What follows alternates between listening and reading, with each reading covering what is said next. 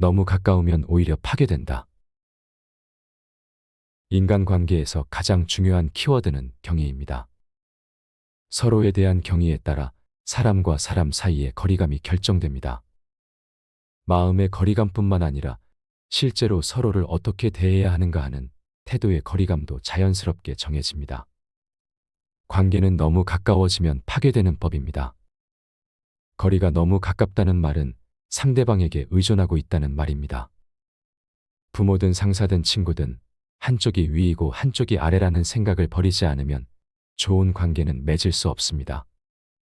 아무리 상하관계나 주종관계가 존재했다고 해도 그것은 편의를 위한 것입니다. 좋은 관계는 서로에게 경의를 가질 수 있는가, 그렇지 않은가에 달려 있습니다. 다른 사람과의 커뮤니케이션에 대해서 그리 어렵게 생각하지 않아도 좋습니다. 하고 싶은 말이 있을 땐 말을 걸어 이야기를 들어달라고 하면 되고, 할 말이 없을 때는 조용히 있으면 됩니다. 괜한 말은 하지 않아도 좋습니다. 침묵도 말하는 방식의 한 가지입니다. 그리고 다른 사람이 말하고 있을 때는 그저 진지하게 듣습니다. 기본은 오직 이것뿐입니다. 다른 사람에게 미움받는 일을 피하려고 애쓰다 보면 누구에게나 좋은 얼굴을 보여주는 가면을 쓰게 될 수밖에 없습니다. 자기도 모르게 좋은 사람을 연기하며 매일 스스로를 괴롭히는 것입니다. 그렇게 힘들게 인간관계를 유지하는 것보다는 단호하게 기준을 정해서 어울릴 사람을 정해보는 것이 낫습니다. 스트레스도 훨씬 덜 받고 곁에 있는 사람에게 집중하는 깊은 인간관계를 맺을 수 있습니다. 쓸데없이 이런저런 사람에게 인심을 얻으려고 하다 보면 이용당하기 쉽습니다. 그러다 뒤늦게 이용당했다는 사실을 깨달았을 때는 상처받고 자책하게 됩니다. 인간관계를 맺을 때 다른 사람에게 솔직한 것도 중요하고 또 나 자신에게 솔직한 것도 중요합니다. 이 사람이랑은 마음이 잘 맞을 것 같다. 이 사람이랑은 자꾸 어긋나는 것 같으니 실수하지 않도록 거리를 두는 편이 좋겠다 등처럼 내가 생각하는 대로 솔직하게 인간관계를 맺어야 가장 자연스럽고 무엇보다도 기분 좋은 관계를 쌓을 수 있습니다. 가까운 사람에게는 더욱 정중하게 대하라. 저는 가장 가까운 사람에게는 더더욱 말을 조심하려 합니다. 가까운 사람에게는 자신도 모르게 말을 함부로 할 때가 있기 때문입니다. 함께 보내는 시간이 아무래도 많다 보니 조심하려고 해도 방심하고 생각 없이 말할 때가 있어서 상대방을 화나게 만들기도 합니다. 그래서 평소에 어떤 말습관을 가지고 있는지가 중요한 것입니다. 대화가 자주 삐걱거린다면 자신의 말습관을 돌아봐야 합니다. 말 한마디가 큰 싸움의 불씨가 되기도 하니까요. 말을 예쁘게 하는 습관이 있다면 무의식 중에도 그것이 배어나옵니다. 만약 싸우게 되더라도 서로에게 상처 주는 말을 하지 않고 수습할 수 있습니다. 저와 아내는 60%는 존댓말, 40% 정도는 농담 섞인 편안한 말을 주고받습니다. 사이가 가까운 부부 사이임에도 존댓말을 쓰면 이점이 있습니다. 존댓말로는 말싸움이 되지 않아서 아이뿐만 아니라 제3자에게 그런 모습을 보일 일이 없다는 것입니다. 듣기 거북한 욕을 들어야 하는 것만큼 불쾌한 경험은 또 없습니다. 서로 예쁜 말을 주고받으면 당사자뿐만 아니라 주변 사람들도 모두 행복할 수 있습니다. 무엇보다도 기분 내키는 대로 큰 목소리를 내거나 거친 말을 쓰면 나중에 반드시 깊은 자기 혐오에 빠집니다. 다른 사람에게 상처를 입힐 뿐만 아니라 스스로도 상처를 입습니다. 말을 살피는 일은 인생을 살피는 일이기도 합니다. 화내는 방식이 잘못된 사람과는 거리를 둔다. 모두에게 꼭 전하고 싶은 말이 있습니다. 연애 상대나 반려자를 고를 때에는 반드시 그 사람이 화가 났을 때 어떤 태도를 취하는지를 주의 깊게 보아야 한다는 것입니다. 화내는 방식을 보면 본성이 드러납니다. 어느 정도 교양을 지니고 있는지, 어떻게 자랐는지 알 수 있습니다. 모든 게 다 보이는 셈이죠. 화는 벌거벗은 감정입니다. 벌거벗었지만 계산적인 측면도 있는 감정입니다. 다른 자질이 아무리 훌륭해도 화내는 방식이 잘못된 사람과는 결국에는 좋지 않은 방식으로 관계를 끝맺게 됩니다. 뉴스에서는 살인이나 폭행 사건이 매일같이 보도되는데 그 원인의 대부분은 분노를 억제하지 못한 데 있습니다. 사소한 일에 발끈해서 범행을 저지르는 사람이 있는가 하면 오랫동안 앙심을 품고 있다가 복수를 하는 사람도 있는데, 분노는 인간의 감정 중에서도 가장 제어하기 어려운 감정입니다. 자기 자신이 분노의 대상이 되었을 때에만 주목해서는 안 됩니다. 나에게는 아니더라도 영무원이나 편의점 점원, 공공기관의 창구 직원처럼 쉽게 반격하지 못하는 상대에게 아주 쉽게 분노하는 모습을 보인다면 머지않아 나에게도 그렇게 할 가능성이 큽니다. 당연히 분노를 느끼지 않는 인간은 존재하지 않습니다. 하지만 분노의 감정을 다른 사람에게 표출하거나 전염시키지 않으려고 노력하는 사람들은 있습니다. 상대방이 1만큼의 실수를 저질렀을 때에는 1만큼 화를 내고 10만큼의 실수를 저질렀을 때에는 10만큼의 화를 내는 식으로 사실과 현상에 비례하는 분노가 있다면 불과 1밖에 되지 않는 상대의 실수에 100만큼의 분노를 폭발시킬 때가 있습니다. 분노를 억누르지 못한 사람은 여유가 결핍되어 있는 경우가 많습니다. 저는 기분 좋게 살아가기 위해 가장 중요한 것은 사람으로서의 여유라고 생각하는데, 여유가 없는 사람을 보면 분노의 도화선이 놀라울 정도로 짧습니다. 최근에는 인터넷상에서 누군가에게 험한 말을 들었다는 이유만으로 살인사건이 일어났습니다. 난폭운전으로 사망자가 발생하는 사건도 사회문제로 대두되고 있습니다.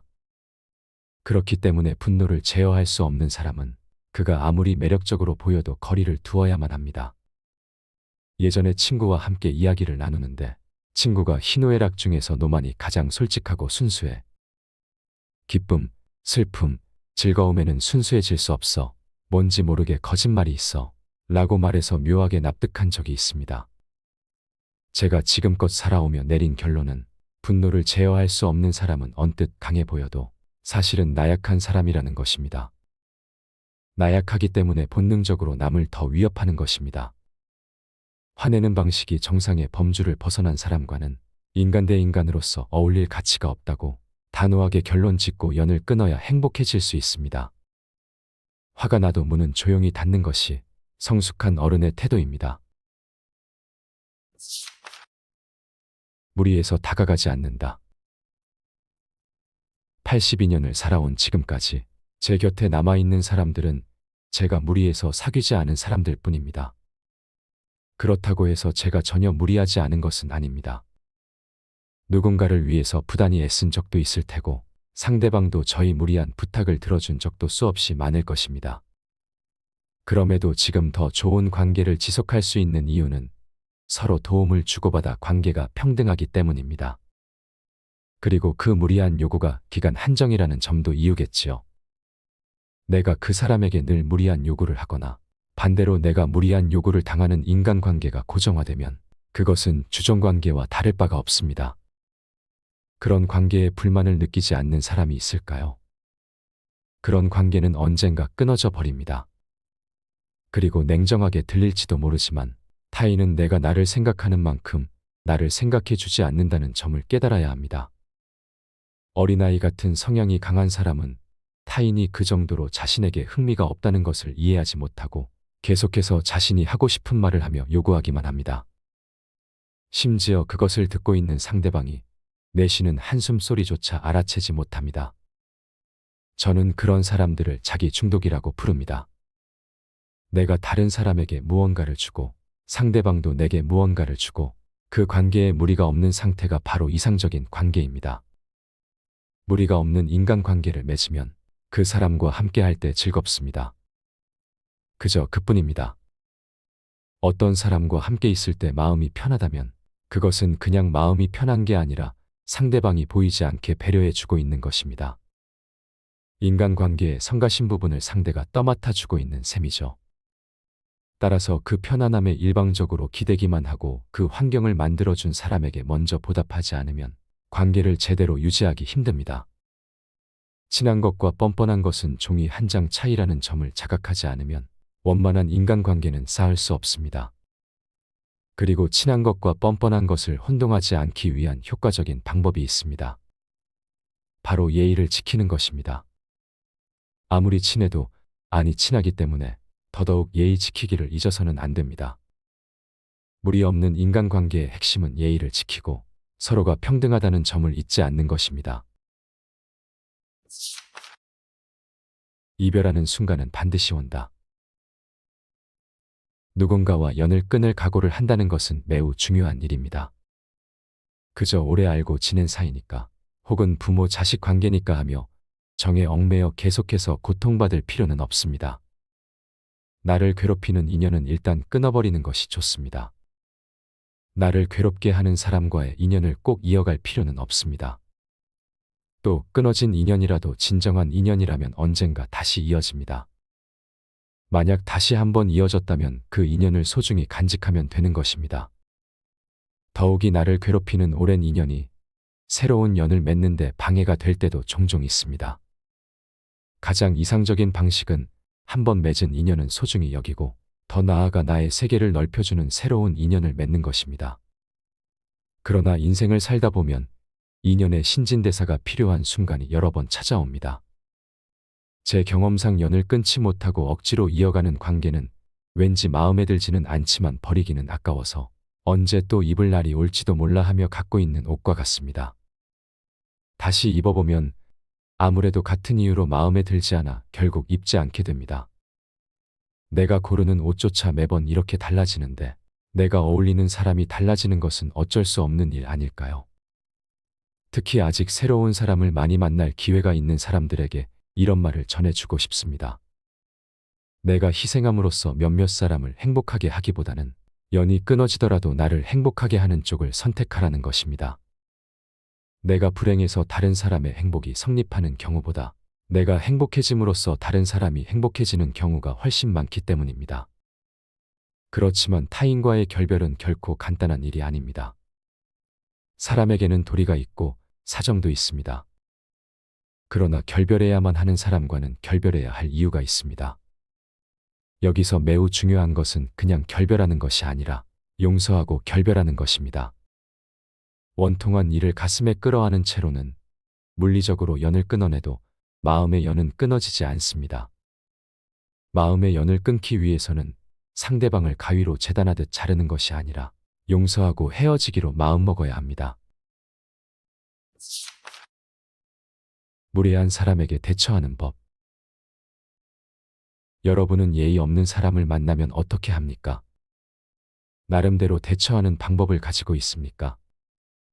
제가 어렸을 때를 돌아보면 그런 사람들의 태도 때문에 상처받고 고민했습니다. 나한테 마음에 안 드는 구석이 있는 걸까? 저 사람이 저런 태도를 취하는 원인이 나에게 있는 걸까? 하고 말이죠. 하지만 깨달았습니다. 무례한 사람은 나와 잘 지내고 싶은 마음이 없는 사람이기 때문에 애초에 신경을 쓰거나 진지하게 대할 필요가 없다는 것을요. 상대와 원만한 관계를 맺고 사이좋게 지내려고 하는 사람은 저절로 그것이 태도에 배어 나옵니다. 혹시 무례하게 행동하는 사람이 하는 말에 아, 그렇구나, 이 사람 말이 맞다고 납득한 적이 있나요? 저는 한 번도 없습니다. 누구나 다른 사람의 마음을 얻고 싶으면 스스로의 말과 행동을 다듬고 조심스럽게 행동합니다. 그런 노력 없이 무례한 태도로 일관하는 사람에게 마음의 상처를 받으며 계속 잘 대해줄 필요는 전혀 없습니다. 무례하게 행동하는 사람들을 관찰해보면 그들은 사람을 고릅니다. 당신에게는 무례하게 행동해도 된다고 얕보고 있는 것입니다. 예의도 없고 나를 얕보는 사람에게는 좋은 태도를 기대하지 말자고 결론 짓고 관계를 맺을 수밖에 없습니다. SNS를 하다 보면 놀라울 정도로 무례한 메시지를 보내오는 사람이 있습니다. SNS를 하는 제 주변 사람들도 다들 비슷한 경험을 한 적이 있다고 합니다. 그런 무례한 메시지를 받았을 때 제가 가장 먼저 느끼는 감정은 분노보다는 동정입니다. 익명이라는 그림자에 숨어서 다른 사람을 불쾌하게 만드는 사람이 선한 사람들에게 둘러싸여 행복하게 살고 있으리라고는 도저히 생각할 수 없습니다. 외면은 내면의 가장 바깥쪽입니다. 거친 마음은 외모에도 드러나지만 표정이나 세세한 몸짓, 물건을 다루는 방식, 말투, 행동 등 삶의 태도에서도 분명히 드러납니다. 나를 사랑하는 만큼 타인을 사랑할 수 있다. 이것은 진리의 말이라고 생각합니다. 타인을 봐도 제 스스로를 돌이켜봐도 그렇습니다. 나조차 사랑할 수 없는 사람이 타인을 사랑할 수 있을 리 없습니다. 사람은 자신에 대한 긍정 이상으로 다른 사람을 긍정할 수 없습니다.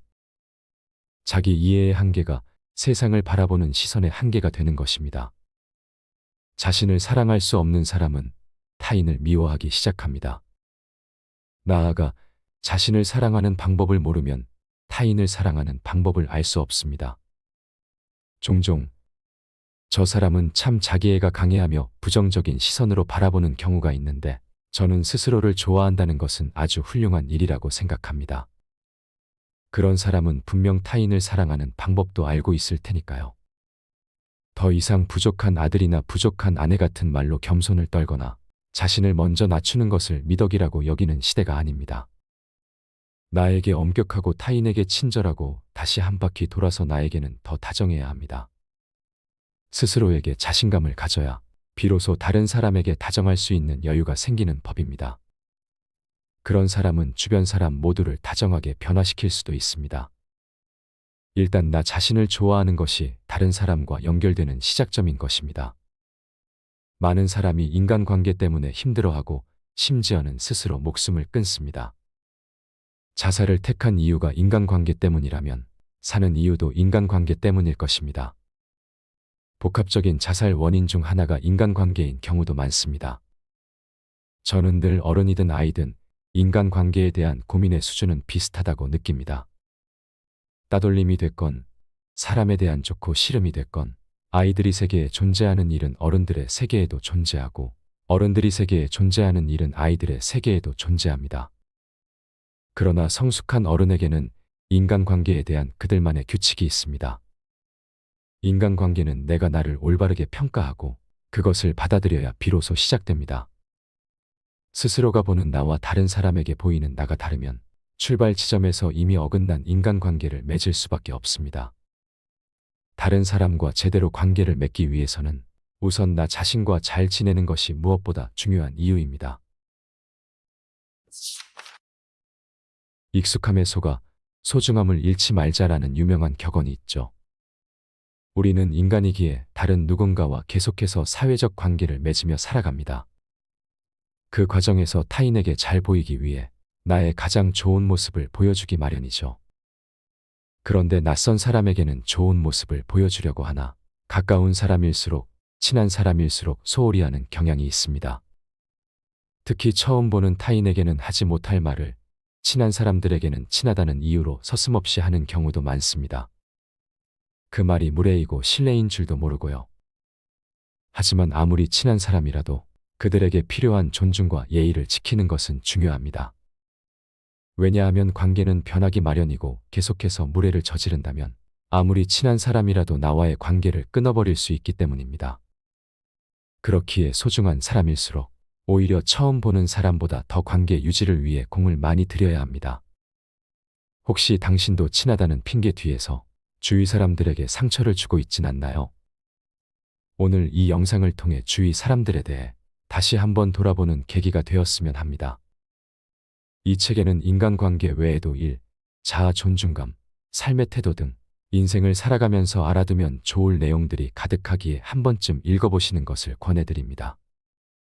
여러분의 고민에 대한 답을 책에서 찾아 알려드리는 책사람이었습니다.